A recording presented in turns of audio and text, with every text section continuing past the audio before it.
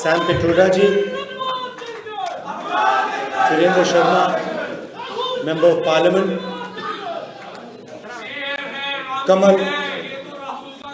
Kamal Dhaliwal ji, other senior leaders who are sitting on the stage, IOC members, brothers and sisters. I can also see some children.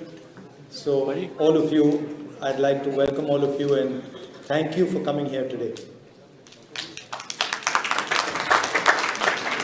I believe there are also some people who've not been able to come because the hall is full. So I was asking where do the Indian weddings happen over here? In such a small hall. It's an honor for me to come here and speak to you. I was actually invited to Cambridge University to give a talk there on Indian politics and global politics, which I did, and it was quite a nice atmosphere, nice talk. And I was thinking while I was speaking over there, that it's quite strange that an Indian political leader can give a talk in Cambridge University, Harvard University, but he can't give a talk in India, in a university in India. Right? And the reason is that our government simply does not allow any idea of the opposition, any concept of the opposition to be discussed. Same happens in Parliament House. When there are important things that we need to speak about, demonetization, GST, the fact that the Chinese are sitting inside our territory, when we try to raise these questions, we're not allowed to raise them in the House. It's a fact. It's shameful, but it's true. And this is not the India that all of us are used to. Our country is an open country where we pride ourselves on our intelligence, respect each other's opinions, listen to each other, and that atmosphere has been destroyed. You can see the narrative in the media, and the reason we were forced to walk across India, the Bharat Jodo Yatra, was because all the institutions that protect a democracy, that allow people to speak, that allow an expression of voice, are captured by the BJP. And so we decided that a good way to think about it, a good way to act would be to go directly to the people of India and do what used to be a tradition called the Yatra. Yatra is not just a walk across the country. Many great people in India have gone on a yatra. Of course, the most famous yatra was the one done by the father of the nation, Mahatma Gandhi. But there have been others. Vivekananda ji apparently walked across the country. My Sikh friends here, Guru Nanak ji walked across the country.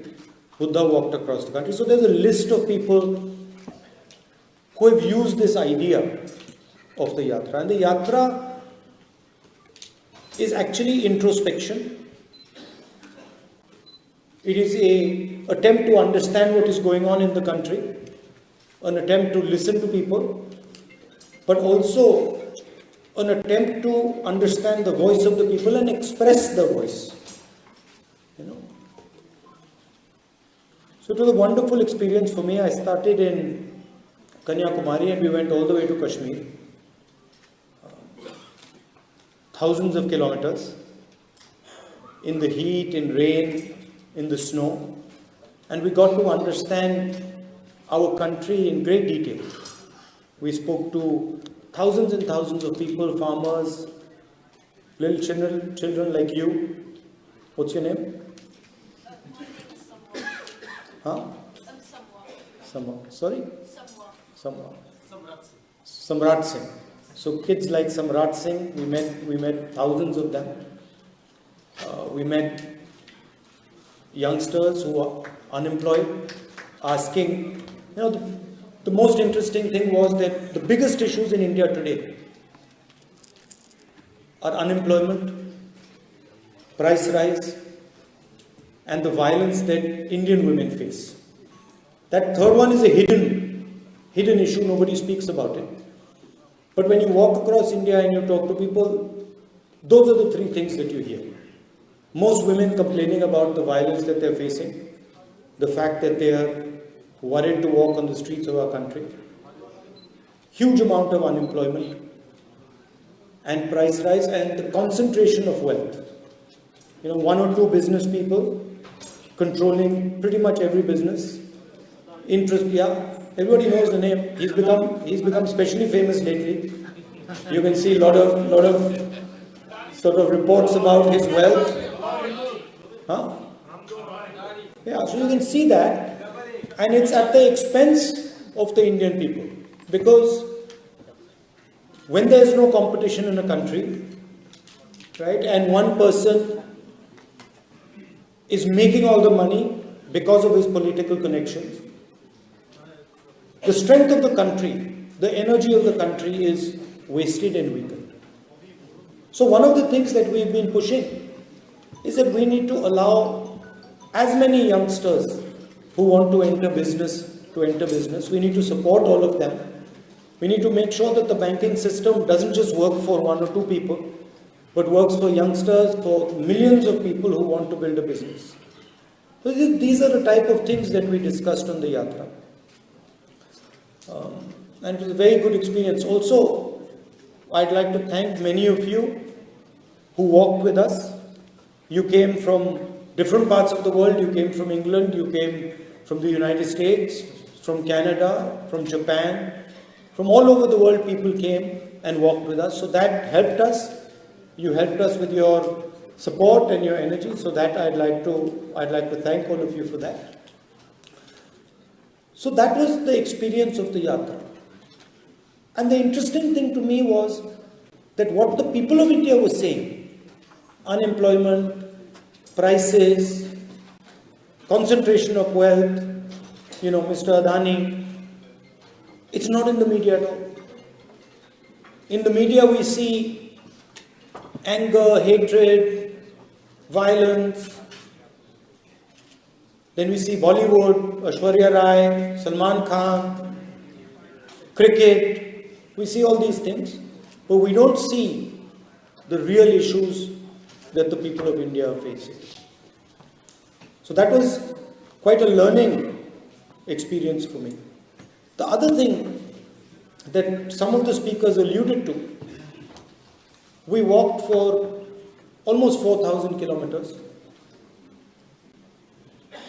It was a huge effort. 5 or 6 people died while we were walking. One of our members of parliament had a heart attack in Punjab and died. So there was also quite a lot of tragedy taking place. People getting injured, someone falling, breaking an arm or breaking a leg. And in the first 5 or 6 days, I started to ask myself, what is my role in the Yatra? What do I have to do?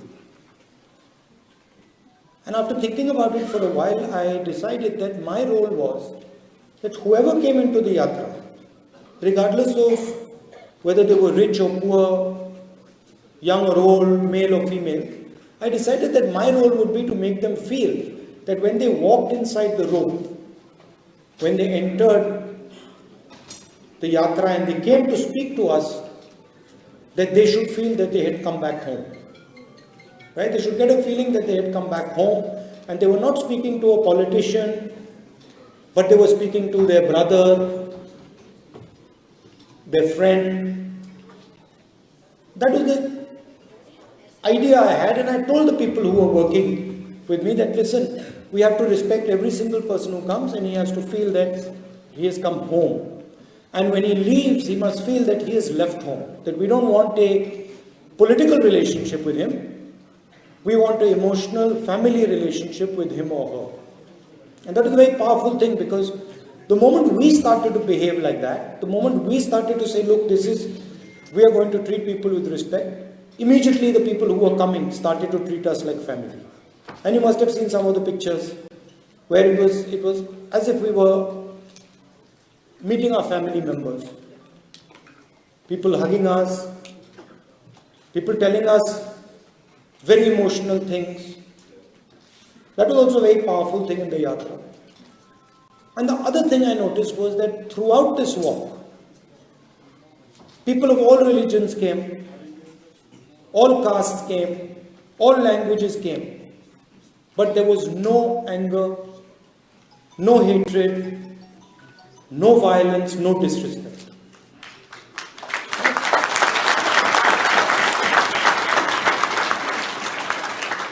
And so the yatra was demonstrating to the whole country what the real India is about.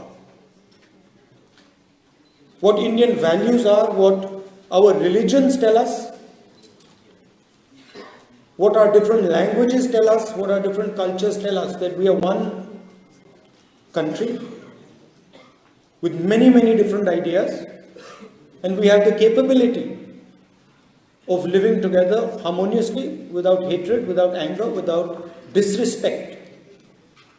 And it's when we do that that we are successful. Right? That was the message of the yatra. And of course, on the other side, we have an ideology of hatred and violence, disrespectful ideology that attacks people because of their ideas. And you must have noticed one thing, and this isn't the nature of the BJP and the RSS. If you noticed a statement of the foreign minister, he said China is much more powerful than us. He said China is much more powerful with us.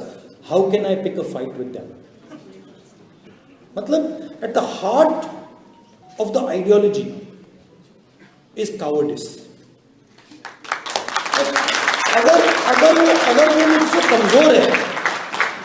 अगर वो मुझसे कमजोर है तो मैं अपने 5-10 मित्रों के साथ उसको पीट दूंगा,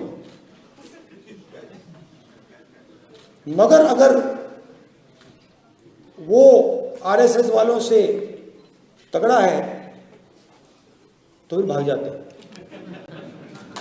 और सावरकर ने अपनी किताब में लिखा है, अगर आपने पढ़ी हो, जो उनकी किताब है उसमें लिखा कि एक दिन उन्होंने और उनके 5-6 मित्रों ने एक मुसलमान व्यक्ति को पीटा और उस दिन उनको बहुत खुशी हुई। तो देखिए, अगर 5 लोग एक आदमी को पीटते हैं और फिर उनमें से किसी एक व्यक्ति को बड़ी खुशी हो रही है, वो कायरता ही है। अगर लड़ना ही है तो एक व्यक्ति से जाके अकेले लड़ लो, मगर नहीं, 5-10 लोग सावरकर जी के साथ एक व्यक्ति को पीटते हैं। तो इनकी आइडियोलॉजी में यह भी है, if someone is stronger, and the foreign minister of the country is saying it, you imagine he's saying China is stronger than us, so we can't fight with them. Achha, the British were stronger than us, so then we shouldn't not have fought with them. How would we ever get independence? How would we ever get independence if we had followed the BJP's principle and the RSS principle that if they're stronger than us, if they're stronger, then we don't fight them out, we would be still ruled by the British. Right? So at the heart of their idea is cowardice. And that's the lesson for everybody, and including the people in India. As you said, डरो मत, डरने की कोई जरूरत नहीं इनसे. There's nothing to be scared of. And in fact, the way I look at it, the more they attack me, the better that is for me. Because the more I understand, the more I learn. Right? So this is a fight between courage and cowardice. It's a fight between respect and disrespect. It's a fight between love and hatred. जो मैंने कहा था भारत जोड़ो यात्रा में, नफरत के बाजार में हम मोहब्बत की दुकान खोलने आए हैं.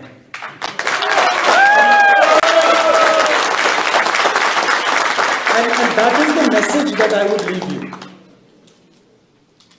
As a community in this country, you have done us all very proud. And of course you have done us proud because you've been successful, because you've made a lot of money, you've developed a lot of businesses. But that's not the real reason you made us proud. The real reason you made us proud is because you respect the people you live with, you respect the different cultures, you respect the fact that you're living in England, you listen to their perspective, you embrace their perspective, you tell them about our perspective, and in that way both groups of people improve and do better. So you have shown in your living here, you have shown what an actual Indian person should be doing. Living peacefully, affectionately, with respect, listening to other people, learning from other people, and also, as a result of our history, as a result of our tradition, teaching other people what we know. So I'd like to end by thanking all of you for making our country proud, by